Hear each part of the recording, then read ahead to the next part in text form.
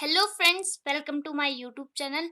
आज हम ग्लूकोनियोजेनेसिस के बारे में पढ़ रहे हैं।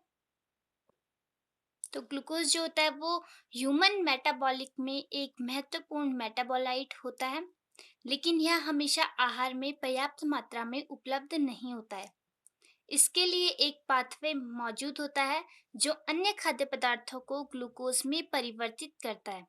इस पाथवे को ग्लूकोनियोजेनेसिस कहा जाता है। ग्लूकोनियोजेनेसिस की प्रोसेस किडनी, माइटोकॉन्ड्रिया या साइटोप्लाज्म में होती है। ये रिएक्शन कई स्टेप में पूरी होती है। तो सबसे पहले आता है स्टेप वन।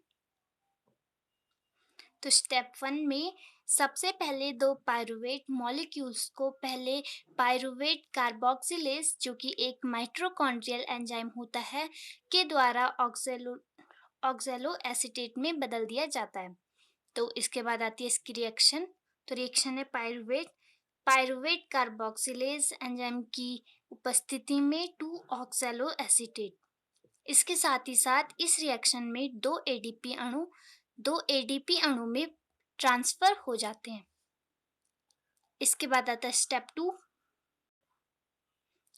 स्टेप टू में ऑक्सैलो एसीटेट में डिकार्बोक्सिलेशन की प्रोसेस होती है और यह पीईपी फॉस्फोनिल पायरुवेट में रीअरेंज्ड हो जाता है। ये रिएक्शन पीईपी कार्बोक्सीकाइनेज की उपस्थिति में होती है। तो इसके बाद आती है इसकी रिएक्शन 2 ऑक्सैलो एसीटेट, यानी कि इसमें भी दो मॉलिक्यूल होते हैं ऑक्सैलो एसीटेट के, जो पीईपी कार्बोक्सीकाइनेज की प्रेजेंस में 2 पीईपी बनाते हैं। इसके बाद आता है स्टेप थ्री।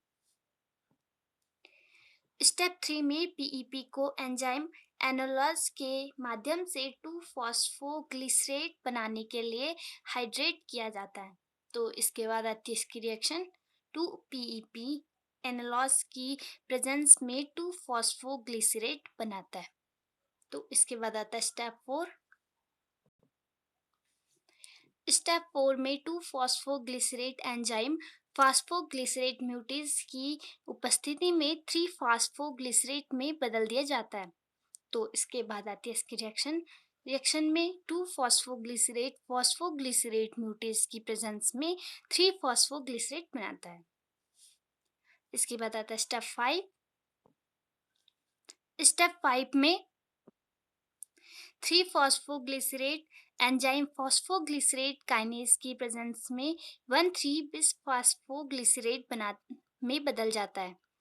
इसके बाद आती है इसकी रिएक्शन 3 फॉस्फोग्लिसरेट काइनेज की प्रेजेंस में 1,3 बिस फॉस्फोग्लिसरेट। इसके बाद आता है स्टेप सिक्स।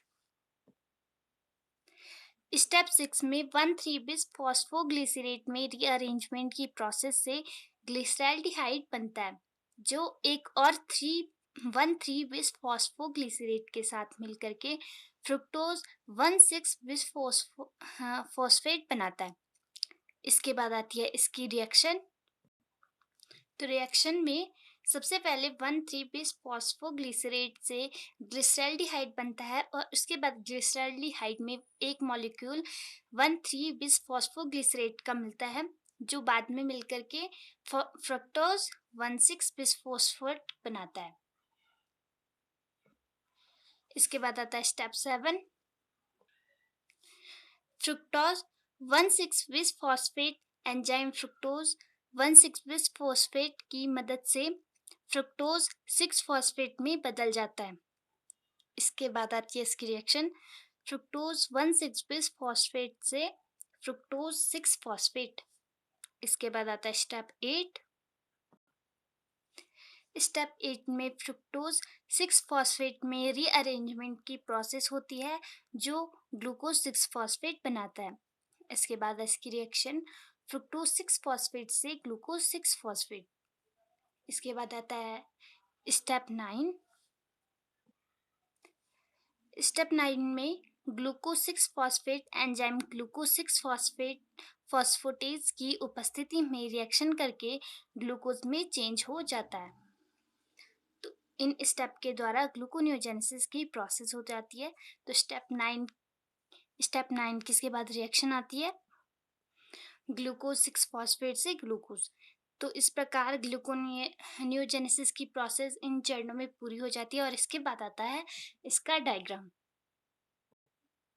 सो फ्रेंड्स, ये डायग्राम है ग्लूकोनियोजेनेसिस की प्रोसेस का। इसमें पायरुवेट से ग्लूकोज बनने की पूरी प्रोसेस को डायग्राम के सहायता से बताया गया है। तो अगर आपको ये वीडियो पसंद आई हो तो वीडियो को लाइक करें, शेयर करें और चैनल को सब्सक्राइब करना ना भूलें।